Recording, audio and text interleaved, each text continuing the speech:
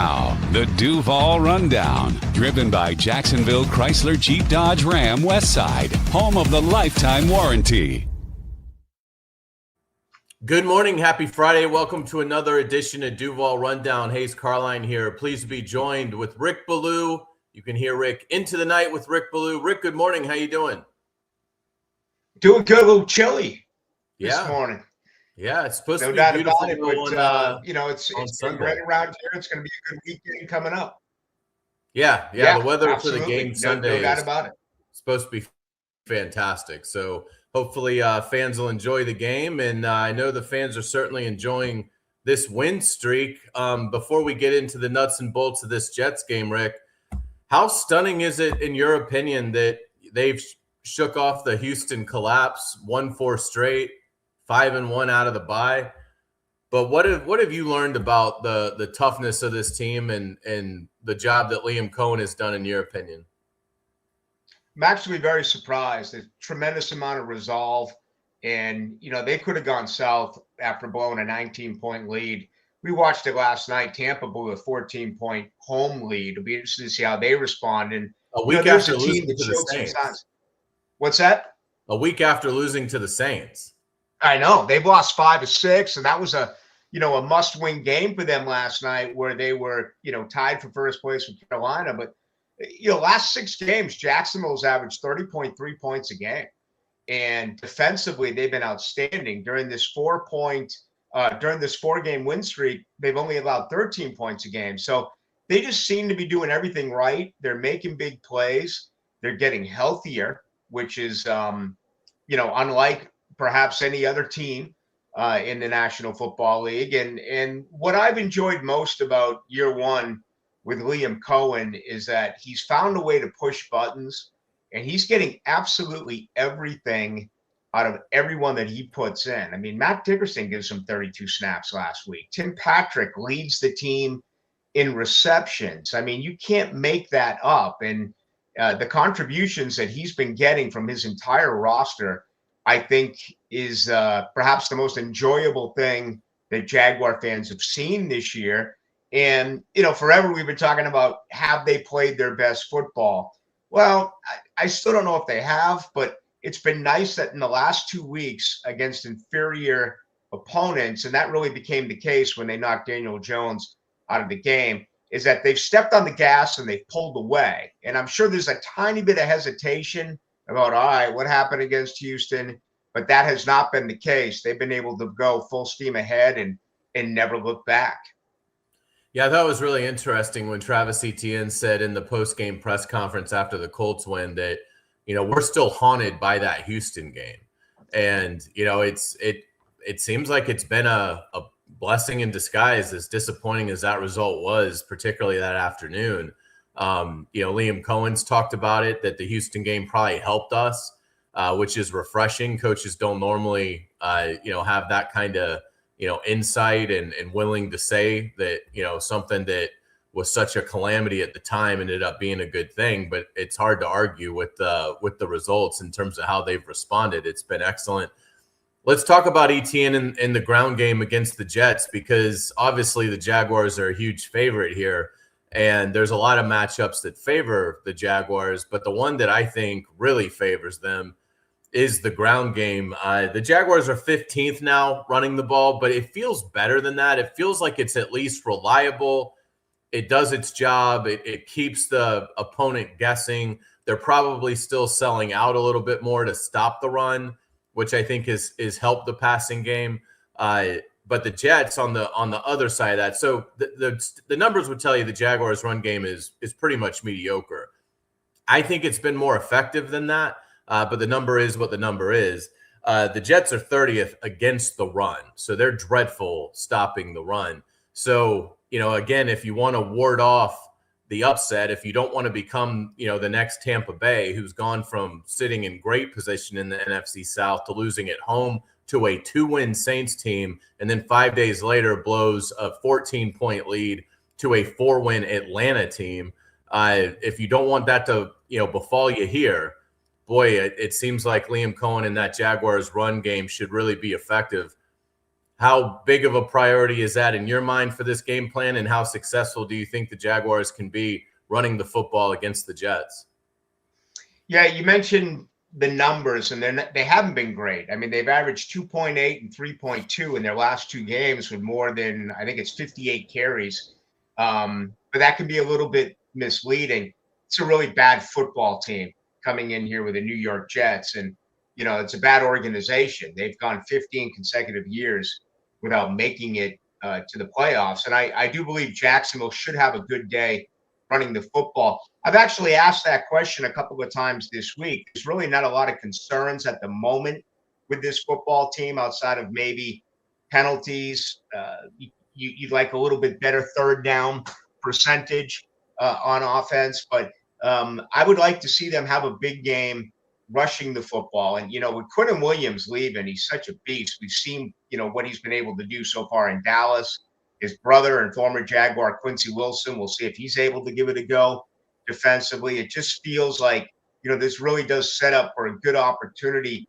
I think there's a difference of 44 if you look at pass attempts to rushing attempts for the Jaguars, which is just absolutely magnificent that they are this balanced as you head to week 15. So, yeah, it's been a while. It's been more, I think it's been 7 or 8 games since ETN's gone north of 100 yards, and Tutin's had his moments, but it seems like he gets dinged here and there and hasn't been getting as many carries. So, I'm kind of forecasting one of those 30-plus rushing days for this football team, and into triple digits. Is that just barely over 100 yards, or do they increase that into the 135, 140, 145 type of range?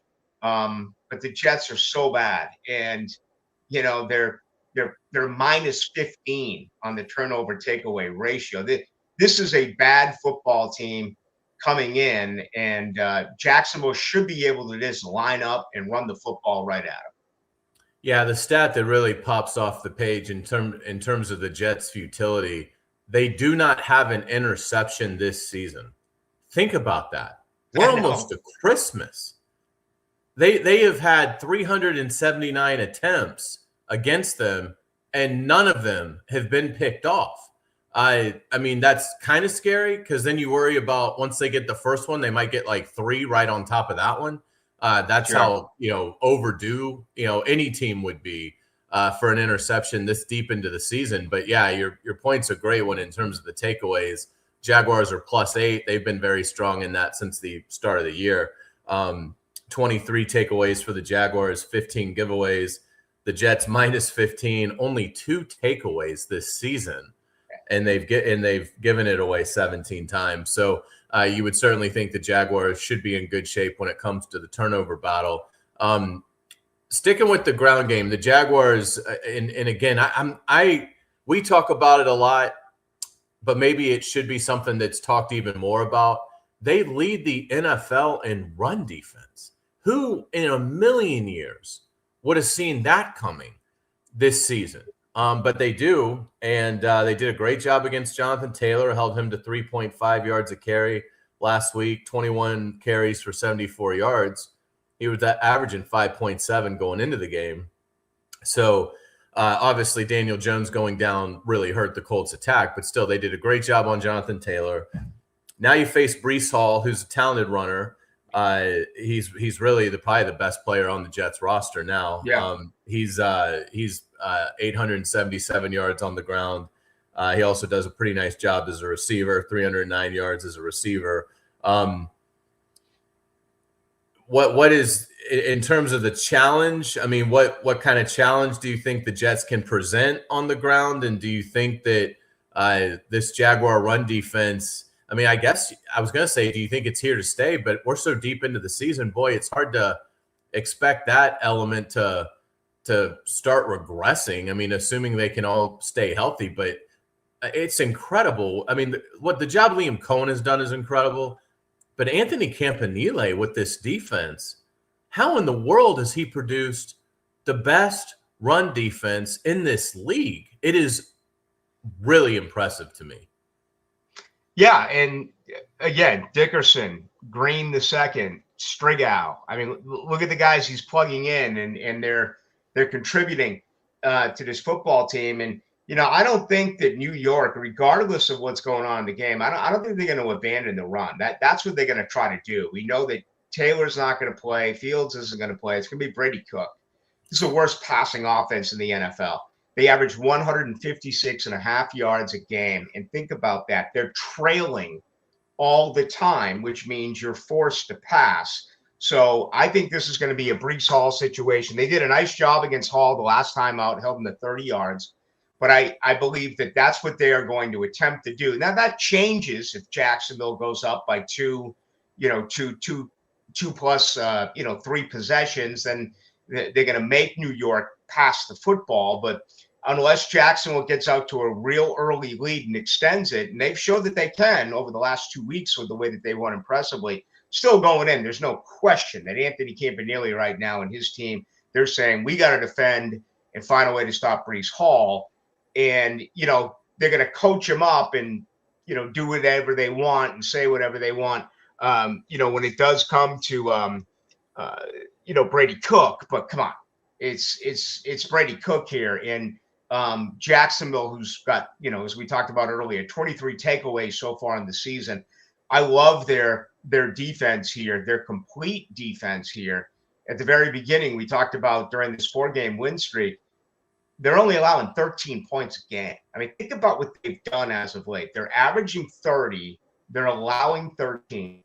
That is what this football team has done over the last month. And I don't see that changing Sunday against the New York Jets. And I'm trying to be, respectful because it is the NFL. And anything can happen in this league on any given weekend. We see upsets all the time. But this feels like an early September SEC blue blood against a directional school, a week before you get a nice opponent or a big opponent in your conference. It just feels this way.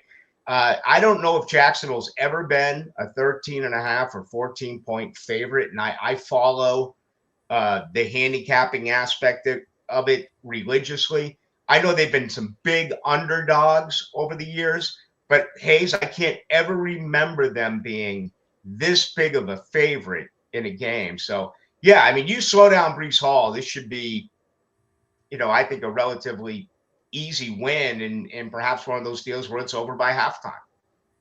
Yeah, I would agree. Jacob Simons is joining us on Duval Rundown as always. He is the brains behind the operation. Jacob, let's say hello to our sponsor, please. Falou for Jacksonville Chrysler Jeep Dodge Ram Westside, your locally owned commercial truck headquarters and proud partner of the Jaguars. For hard-to-find ProMaster vans or commercial trucks for your fleet, visit jaxwest.com today.